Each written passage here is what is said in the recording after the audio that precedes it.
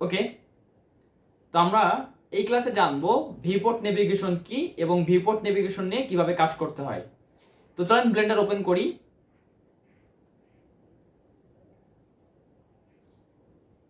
আচ্ছা, তো ভিউপোর্ট নেভিগেশনটা হচ্ছে তিনটা জিনিস, খুব সহজভাবে বুঝবেন। একটা হচ্ছে রোটেট করা, ঝুম করা অ্যান্ড প্যান করা। তো রোটেট করাটা কি, আপনি আপনার যে এই যে যে জিনিসটা দেখতেছেন না, এটাকে মূলত ভিউপোর্ট বলে, ঠিক আছে। এটাকে 3D ভিউপোর্ট বলা হয় এবং এই ভিউপোর্টটাকে আপনার নেভিগেট করতে হবে, অ্যান্ড দ্যাটস ওয়াই আমরা এই তিনটা অপশন ব্যবহার করব। তো প্রথমে যেটা আছে সেটা হচ্ছে রোটেট করা। তো এখানে আপনারা একটা গিম্বল দেখতে পারতেছেন, এটাকে গিম্বল বলা হয়। সো এখানে যদি আপনি জাস্ট এখানে ক্লিক করে ধরে যদি এভাবে আপনি এটাকে রোটেট করেন, সেক্ষেত্রে এটাকে এটাকে গিজমো বলা হয়, গিম্বল না, এটাকে গিজমো বলা হয়। তো আপনি জাস্ট এখানে ক্লিক করে ধরে আপনি এটাকে চাইলে এভাবে রোটেট করতে পারেন। আমরা এই প্রত্যেকটা অপশনের তিনটা ব্যবহার দেখাবো, যে একটা অপশনকে আপনি ঠিক তিনভাবে ব্যবহার করতে পারবেন, তিনটা অপশন ব্যবহার করে, ঠিক আছে। তো আমরা জাস্ট এখানে ক্লিক করে আমরা জাস্ট এখানে কি করতে পারবো, এটাকে রোটেট করতে পারবো, মানে এই ভিউটাকে আমরা দেখতে পারবো চারিদিক থেকে, ঠিক আছে।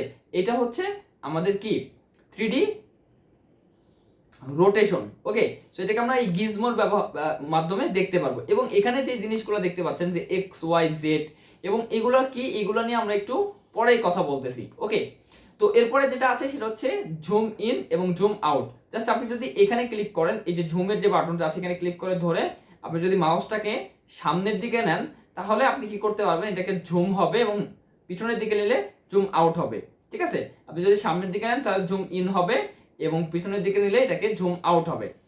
এবং নিচে আপনারা একটা হাতের আইকন দেখতে পাচ্ছেন, এই হাতের আইকনের কাজ হচ্ছে মুভ দ্য ভিউ, এটাকে আমরা প্যান করা বলি। সো এই মুভ দ্য ভিউ এর কাজ কি, ধরেন আপনি ঝুম করে এই পজিশনে আছেন, এখন আপনি চাচ্ছেন যে জুম আউট না করে আপনি ঠিক এদিকে যাবেন, মানে এই পজিশন থেকে আপনি ঠিক এদিকে মুভ করবেন। তো সেই ক্ষেত্রে কি করতে পারেন, আপনি জাস্ট হাতটাকে ক্লিক করে ধরে আপনার মাউসটাকে লেফট এবং রাইটে সরাইলে, এবং আপনি যদি আপ ডাউন করেন তাহলে আপ ডাউনে কি হবে, এটা এই মুভটাকে আপনি ভিউ করাইতে পারবেন, ঠিক আছে। জাস্ট এটাকে মুভ করতে পারবেন, ভিউটাকে মুভ করতে পারবেন। ওকে, তো যাই হোক আমি আবারও বলতেছি যে আপনি জাস্ট মাউসটাকে ক্লিক করে ধরে আপনি ডানে, মাউসটা ডানে অথবা বামে কি করতে পারবেন, সরাইলেই এটা কি হবে, আমাদের ভিউটা মুভ হবে। ওকে, তো এই হচ্ছে সিম্পল তিনটা নেভিগেশন। এখন এই তিনটা নেভিগেশনের তিনভাবে ব্যবহার করা যায়, ঠিক আছে। প্রথম যে ব্যবহারটা সেটা হচ্ছে আপনি মাউস এবং কিবোর্ডের মাধ্যমে ব্যবহার করতে পারবেন। এটা হচ্ছে দুইটা ব্যবহার, মাউসের মাধ্যমে এবং কিবোর্ডের মাধ্যমে। আর একটা হচ্ছে যেটা আমি দেখাইলাম যে এই নেভিগেশন বার থেকে। ওকে, তো প্রথমে আসি যে মাউসের মাধ্যমে আপনি এই তিনটাকে কিভাবে ব্যবহার করবেন, এন্ড তারপরে যাব মাউস এবং কিবোর্ড কম্বাইন করে কিভাবে ব্যবহার করবেন। ওকে, সো প্রথমে যেটা আছে এই রোটেশনের ব্যাপারটা।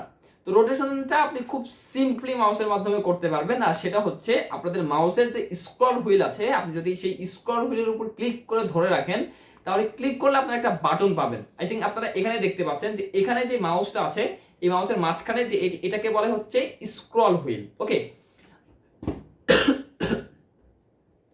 অ্যান্ড এই যে এই পাশে যে দুইটা বাটন আছে, এটা হচ্ছে রাইট বাটন, এটা হচ্ছে লেফট বাটন। ওকে, তো মাউসের মিডিল মাউস বাটনটা, যেটাকে আমরা আসলে স্ক্রল হুইলের মধ্যে যে বাটনটা আছে, এটাকে বেসিক্যালি আমরা মিডিল মাউস বাটন বলি। ওকে, তো আপনি যখন মিডিল মাউস বাটন ক্লিক করে ধরে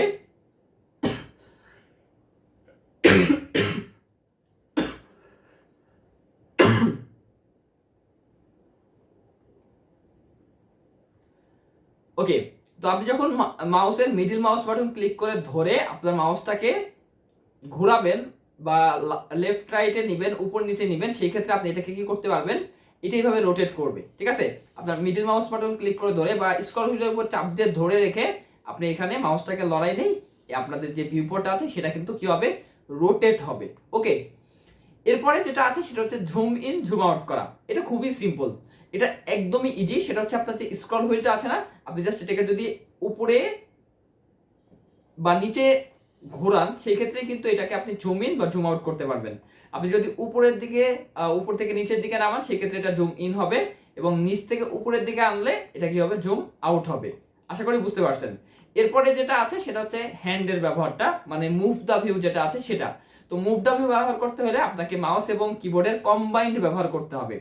তো মাউস এবং কিবোর্ডের কম্বাইন্ড ব্যবহার কিভাবে করবেন, আপনি আপনার কিবোর্ড থেকে শিফট চাপ ধরবেন, মানে শিফটটাকে চেপে ধরবেন, শিফটটা চেপে ধরবেন এবং আপনার যে মাউস আছে মাউস থেকে মাউসের যে মিডল মাউস বাটন অথবা স্ক্রল হুইলের মধ্যে যে বাটনটা আছে সেটাকে চেপে ধরে আপনি যদি আপনার মাউসটাকে লড়ান সেক্ষেত্রে আপনার ভিউটা মুভ হবে। এবং এগুলাকে কিন্তু আমরা শর্টকাট বলি, ঠিক আছে।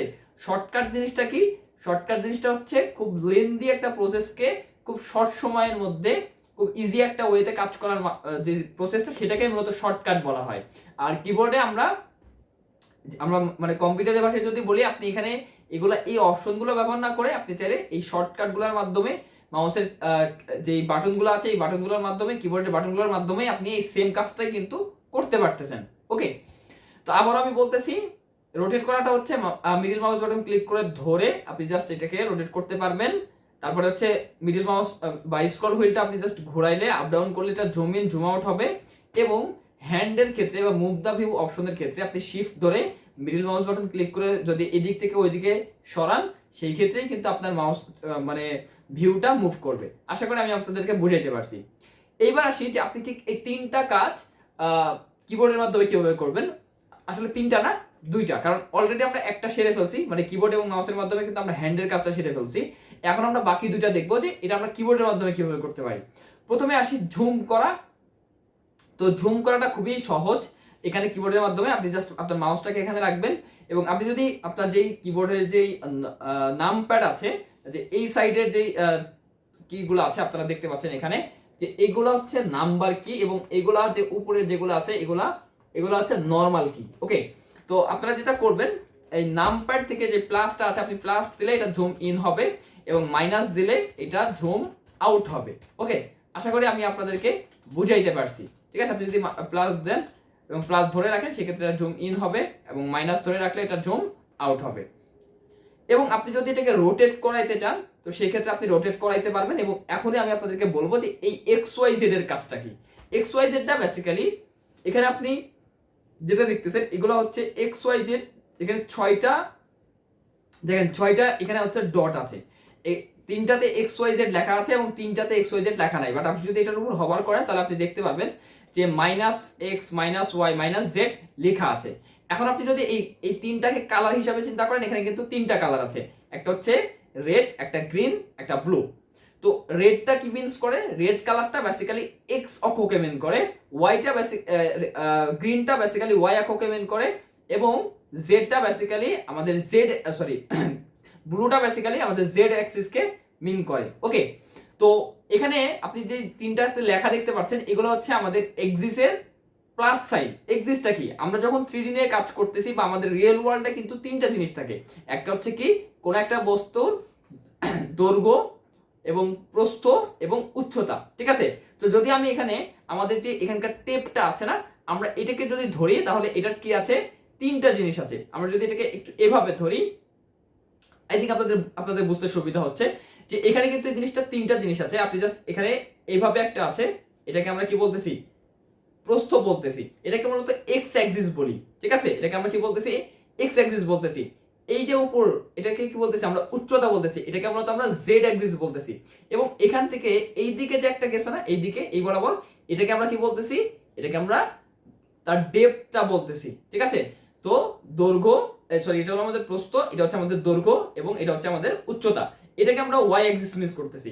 খুব সিম্পল ভাবে আপনি যে কোনো একটা অবজেক্টকে এভাবে ধরবেন, ধরার পরে আপনার মাথা বরাবর যেটা আছে এটাকে বেসিক্যালি আমরা কি বলি? উচ্চতা বলি এবং এটা হচ্ছে জেড অ্যাক্সিস। খুব ভালোভাবে শুনবেন, এটা যেটা সেটাকে আমরা বলি হচ্ছে এক্স অ্যাক্সিস এবং এইভাবে যেটা যাচ্ছে সেটাকে আমরা বলি হচ্ছে ওয়াই অ্যাক্সিস। আশা করি আমি আপনাদেরকে বুঝাইতে পারছি। ওকে, তো এখানে সেই অ্যাক্সিস গুলাই আছে। এখন আপনি যদি এই অ্যাক্সিসের উপর ক্লিক করেন, লেটস সে আমি এক্স অ্যাক্সিসে ক্লিক করলাম, তাহলে আমি সমানভাবে একদম ফ্ল্যাট এইভাবে কিন্তু আমি আমার এক্স অ্যাক্সিসটাকে দেখতে পাচ্ছি। এখানে আপনারা দেখতে পাচ্ছেন। আমি যদি জেড অ্যাক্সিসে ক্লিক করি তাহলে আমি আমার অবজেক্টটা টপ থেকে দেখতে পাচ্ছি, মানে এইভাবে টপ থেকে কিন্তু আমি জিনিসটা দেখতে পাচ্ছি। আমি যদি ওয়াই ক্লিক করি তাহলে আমি আমার অবজেক্টটাকে এইভাবে এখান থেকে দেখতে পাচ্ছি, এই দিক থেকে আমাদের এই পার্ট থেকে আমরা দেখতে পাচ্ছি। তো আশা করি আমি আপনাদেরকে বুঝাইতে পারছি। এবং এই জিনিসগুলোর জন্য শর্টকাট আছে। এগুলাকে বেসিক্যালি অর্থোগ্রাফিক ভিউ বলা হয়, অর্থোগ্রাফিক ভিউ বা অ্যালাইনড ভিউ বলা হয়। ওকে, সো এই অর্থোগ্রাফিক ভিউটা হচ্ছে জাস্ট যে কোনো এক্সিস্টকে সমানভাবে অ্যালাইন করে দেখায়। ওকে, এটাই হচ্ছে অর্থোগ্রাফিক ভিউ। সো আপনি জাস্ট এখানে ক্লিক করলে আপনি X plus X minus Y plus Y minus Z plus এবং জেড মাইনাসকে আপনি এখানে দেখতে পারবেন। এখন এই প্রত্যেকটারই কিন্তু শর্টকাট আছে, ঠিক আছে, এই প্রত্যেকটা জিনিসের শর্টকাট আছে, খুব একটা কনফিউজড হইবেন না, আমি জাস্ট খুব সিম্পলি বোঝাবো।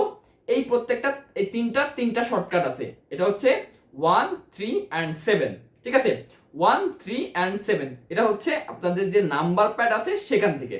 সো আপনি যদি 1 প্রেস করেন তাহলে আপনার যে y মাইনাসের যেটা আছে সেটা আপনি দেখতে পাবেন, খুব ভালোভাবে শুনবেন, y মাইনাসটা দেখা যাবে। আপনি যদি 3 প্রেস করেন তাহলে x প্লাস যেটা আছে সেটা আপনি দেখতে পারবেন। আপনি যদি 7 প্রেস করেন তাহলে আপনি z প্লাস যেটা আছে সেটা দেখতে পারবেন। এখন আপনারা জিজ্ঞাসা করতে পারেন যে আমি কেন প্লাস এবং মাইনাস নিয়ে কথা বলতেছি। দেখেন, আমরা তিনটা এক্সিস সম্পর্কে জানছি, দৈর্ঘ্য, প্রস্থ এবং উচ্চতা।